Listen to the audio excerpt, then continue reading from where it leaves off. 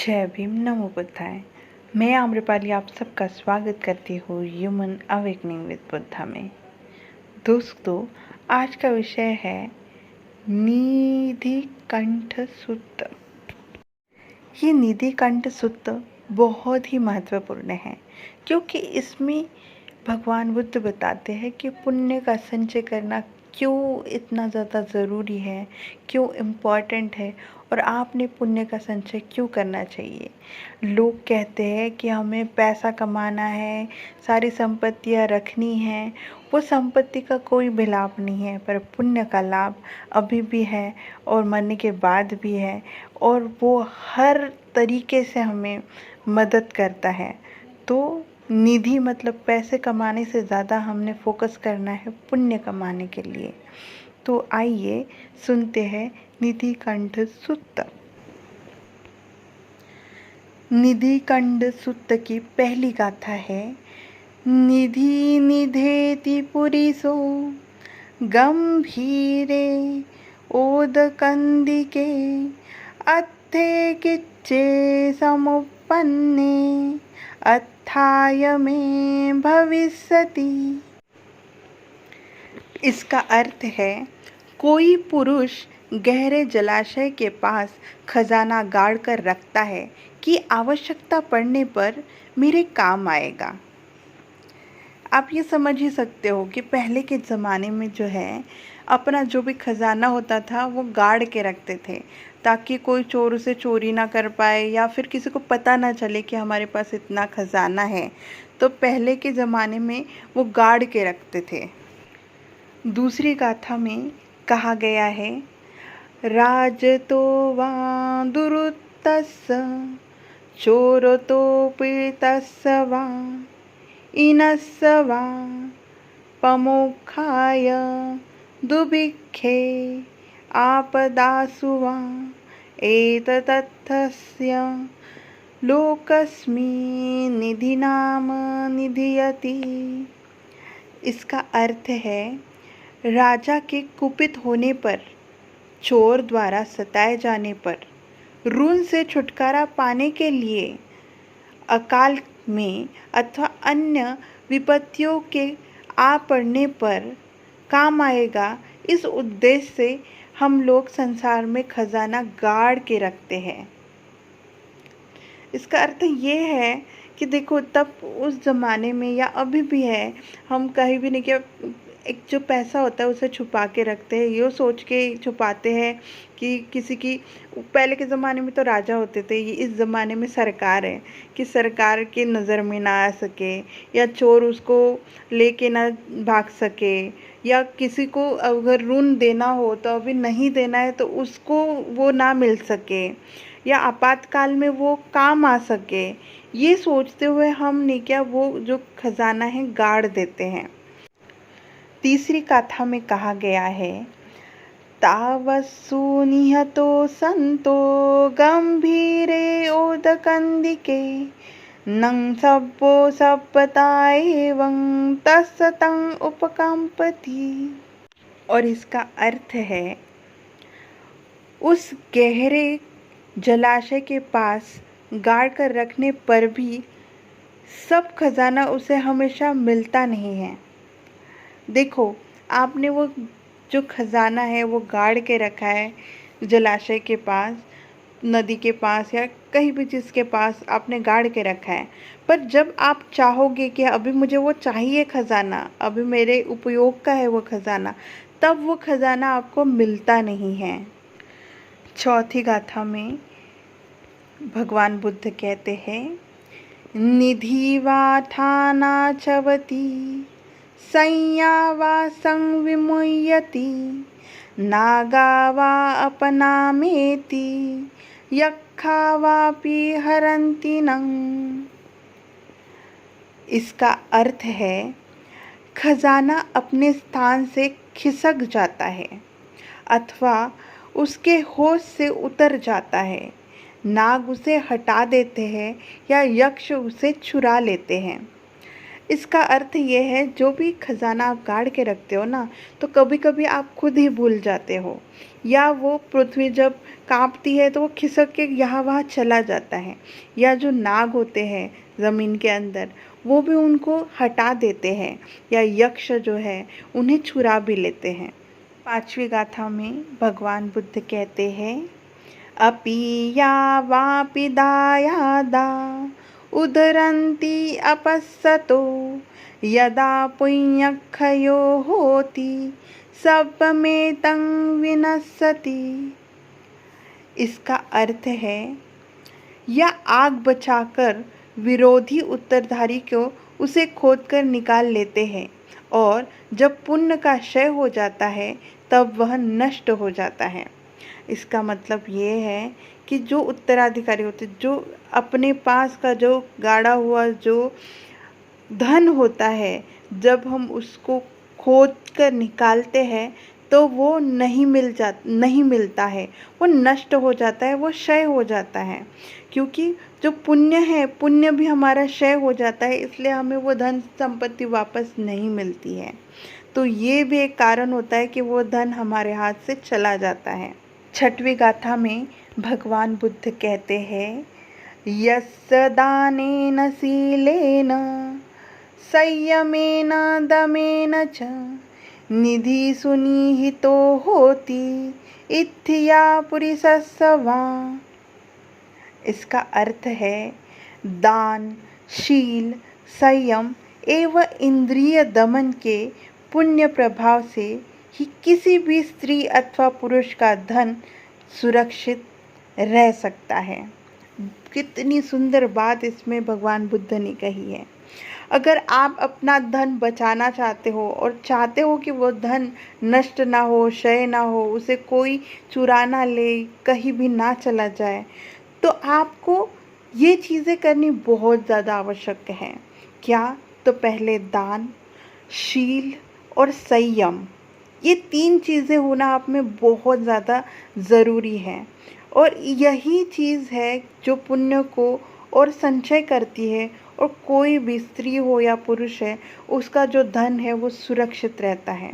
तो ये 3 चीज़ें अगर आपके पास है, आप दान कर रहे हो, आपके शील बहुत अच्छे हैं और आप में संयम है, इंद्रियों में संयम है, तो आपके पुण्य तो होगा ही होगा और आपका धन भी आपके पास सुरक्षित रहेगा।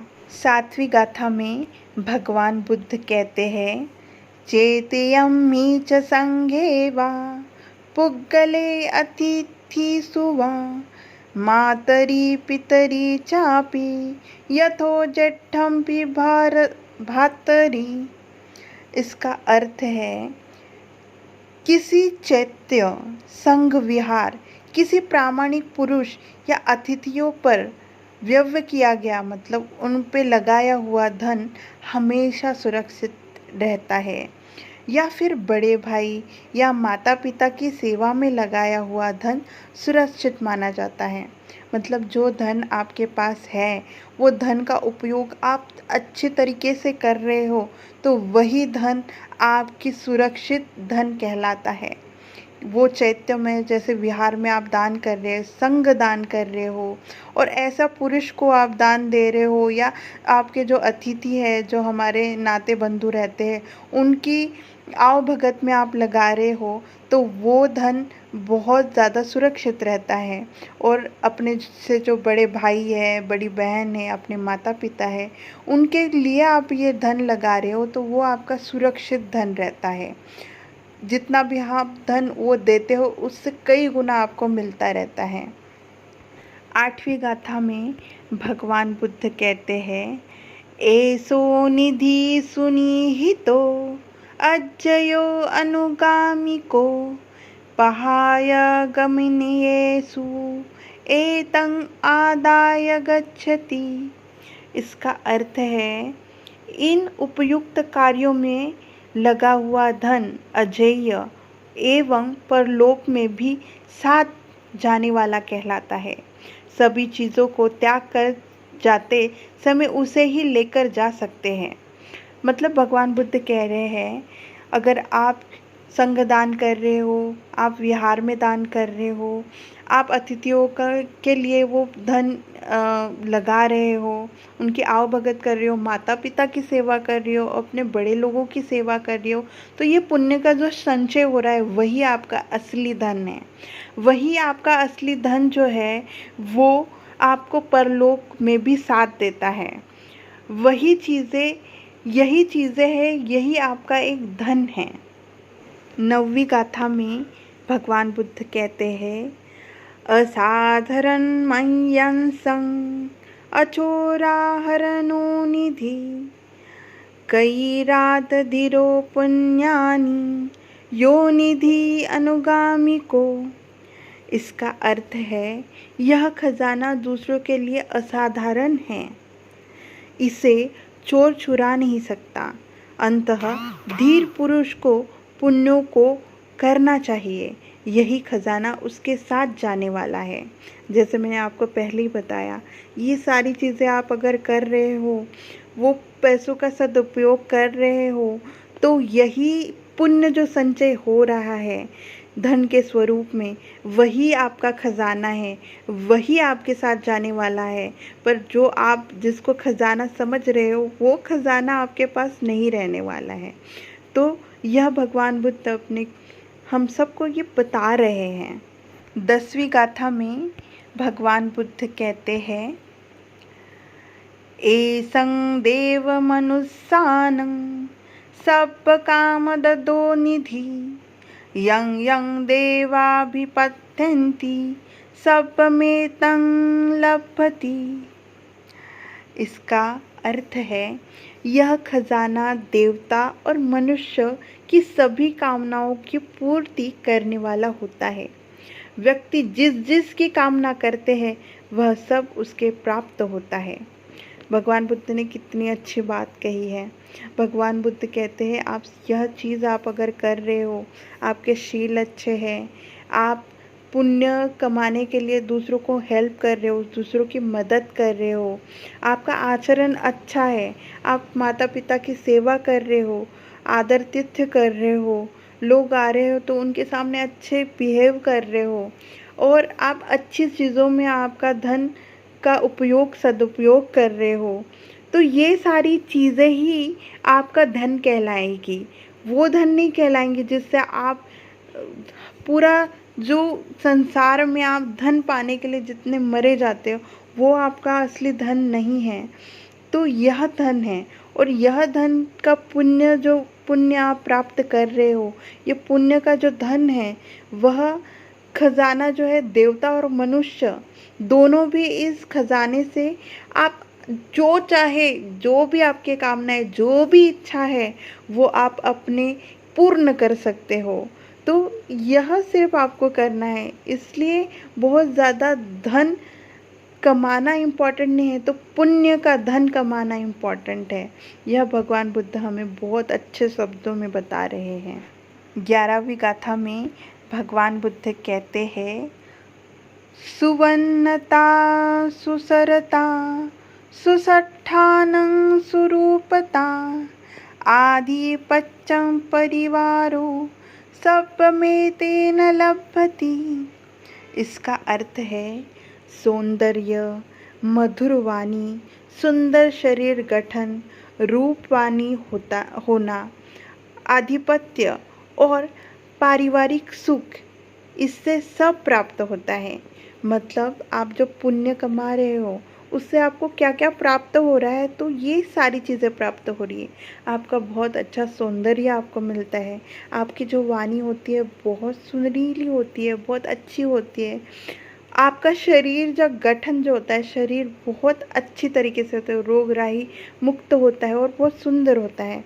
आप दिखने में बहुत अट्रैक्टिव होते हो, रूपवान जिसे कहते हैं वो होते हो, और आपको अधिपति भाव, मतलब आपकी चीज़ें मानते हैं लोग, आपको अधिपति भाव मिलता है, और आपको पारिवारिक सुख मिलता है। जो परिवार होता है वो आपके सभी जो नाते बंधु हैं, जो आपके परिवार है, माँ बाप भाई बहन, वो सारे बहुत अच्छे मिलते हैं। तो ये सारे पुण्य का परिणाम है कि आपको ये सारी चीज़ें मिलती है।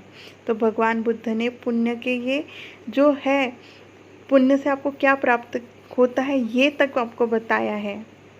12वीं गाथा में भगवान बुद्ध कहते हैं, पदे सरच्चं इसरियं चक्खवती सुखं प्रियं देवं रज्जंपि दिव्येषु सपमेतेन लभति।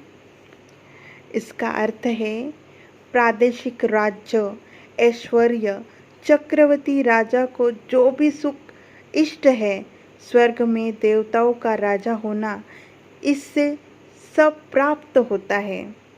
देखिए कितनी सुंदर बात कही है भगवान बुद्ध ने। भगवान बुद्ध कहते हैं, आपको इतना ऐश्वर्य मिलता है जैसे कि चक्रवर्ती राजाओं को जितने भी अच्छे चीज़ें मिलती है, वो चीज़ें आपको मिलती है। और आप जब स्वर्ग में जाते हो तो देवता भी आप देवता में भी राजा कहलाते हो, देवता में भी वो राजा कहलाते हो। ये सब प्राप्ति आपको इस पुण्य का संचय से मिलती है। ये पुण्य का धन जो आप कमा रहे हो उससे मिलती है।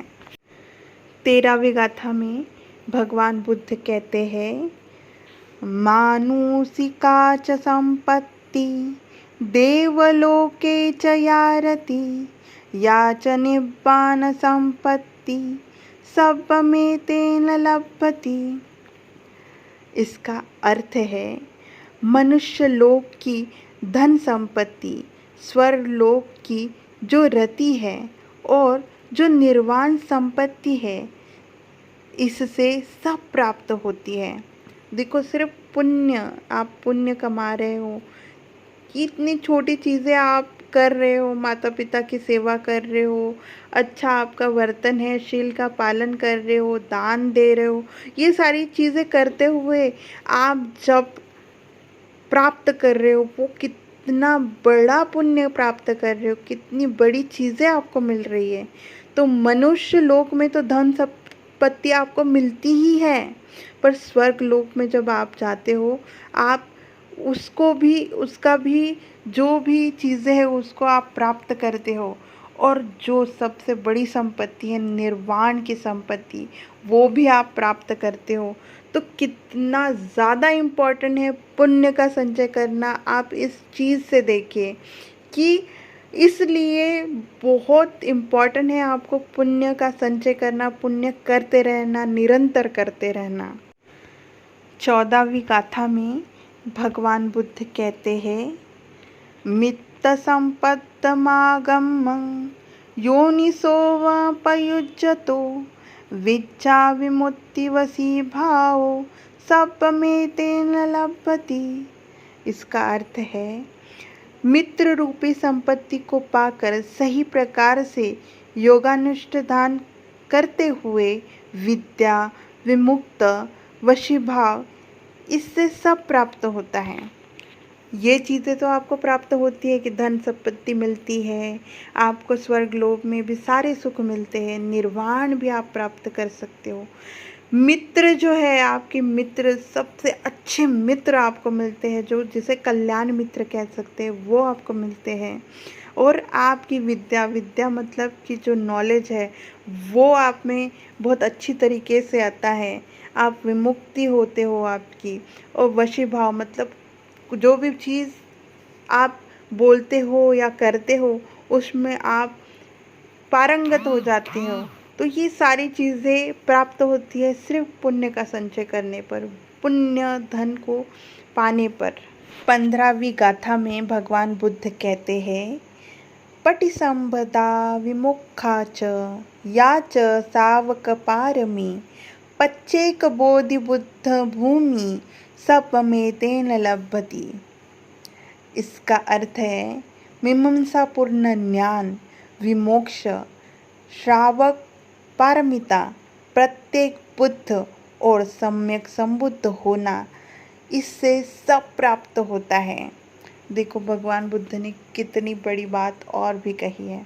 भगवान बुद्ध कहते हैं, ये चीज़ें आप जब करते रहते हो तो आपको ज्ञान तो नोबल ट्रुथ तो पता चलता ही है, आप विमुक्त होते हो, मोक्ष की तरफ जाते हो, आप पारमिता पूर्ण करते हो और पारमिता करते करते आप प्रत्येक बुद्ध बनते हो।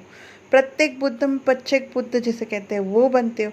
पच्चेक बुद्ध ही नहीं तो आप सम्यक संबुद्ध बन सकते हो। तो सिर्फ पुण्य का संचय से आप सम्यक संबुद्ध बन सकते हो, ये बात भगवान बुद्ध स्वयं बता रहे हैं। 16वीं गाथा में भगवान बुद्ध कह रहे हैं, एवं मथिक्का ऐसा यदि तं पुण्य संपदा तस्माधीरा प्रशंसन्ति पंडिता कत पुण्यंतन्ति। इसका अर्थ है, यह पुण्य संपत्ति ऐसे महान अर्थों को सिद्ध करने वाली है, इसलिए बुद्धिमान धीर व्यक्ति पुण्य करने की प्रशंसा करते हैं। भगवान बुद्ध ने तो बताया कि एक छोटा पुण्य करते हुए आपको इतने फ़ायदे मिलते हैं अनगिनत कि आप उसका इमेजिन भी नहीं कर सकते कि एक पुण्य करने से आप सम्यक संबुद्ध तक बन सकते हो। तो ये पुण्य करना बहुत इम्पोर्टेंट तो है, महान कहलाता ही है, लेकिन जो इसकी प्रशंसा भी करते हैं वो भी पुण्य का संचय करते हैं और वो भी बुद्धिमान धीर पुरुष कहलाते हैं। तो वो प्रशंसा करते हैं ये पुण्य का संपत्ति जो रखते हैं और पुण्य का संचय करते हैं, वह धीर पुरुष कहलाते हैं। तो आप जान ही गए हैं, निधि कंड सुत्त में भगवान बुद्ध ने कितने सुंदर तरीके से हमें बताया है कि आप जो धन कमा रहे हो वो धन से ज़्यादा पुण्य का धन कमाना कितना इम्पोर्टेंट है, कितना ज़रूरी है। और इस छोटे छोटे संचय से आप सम्यक संबुद्ध बन सकते हो और यह संचय ही आपको पार लेके जाना है वाला है और ये संसार के चक्र को भेदने वाला है और निब्बान की ओर लेके जाने वाला है। तो इसलिए मैं हर वीडियो में आपको बताती रहती हूँ, आप बंगला, गाड़ी, गहने, जितने भी भौतिक चीज़ें उसके पीछे ना लगते हुए पुण्य का संचय करें। आपके पास थोड़ा भी हो तो वो दे, दान करे, मैत्री भावना करे। ये मैत्री भावना भी करना भी एक पुण्य का संचय है। आप थोड़ी सी भी चीज़ दे दीजिए, ऐसे ज़रूरी नहीं है पैसे ही देना इम्पोर्टेंट नहीं है, आप कोई चीज़ भी दान दे सकते हो। आप एक गाथा में मतलब एक कहानी है जिसमें भगवान बुद्ध को एक सुई दान एक लेडी देती है और उसका इतना पुण्य उसको मिलता है कि सुई देने पर भी वह परलोक में देवता के रूप में वह उत्पन्न होती है। तो सिर्फ सुई का दान देते हुए अगर इतना पुण्य हो सकता है तो हमारे पास अनगिनत चीज़ें हैं हम दान देने के लिए, अनगिनत चीज़ें हैं करने के लिए।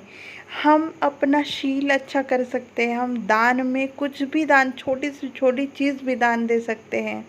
तो और हम अपने शरीर संयम रख सकते हैं और इतनी छोटी छोटी चीज़ें करने पर आपको इतना लाभ हो रहा है कि आप सोच भी नहीं सकते हो।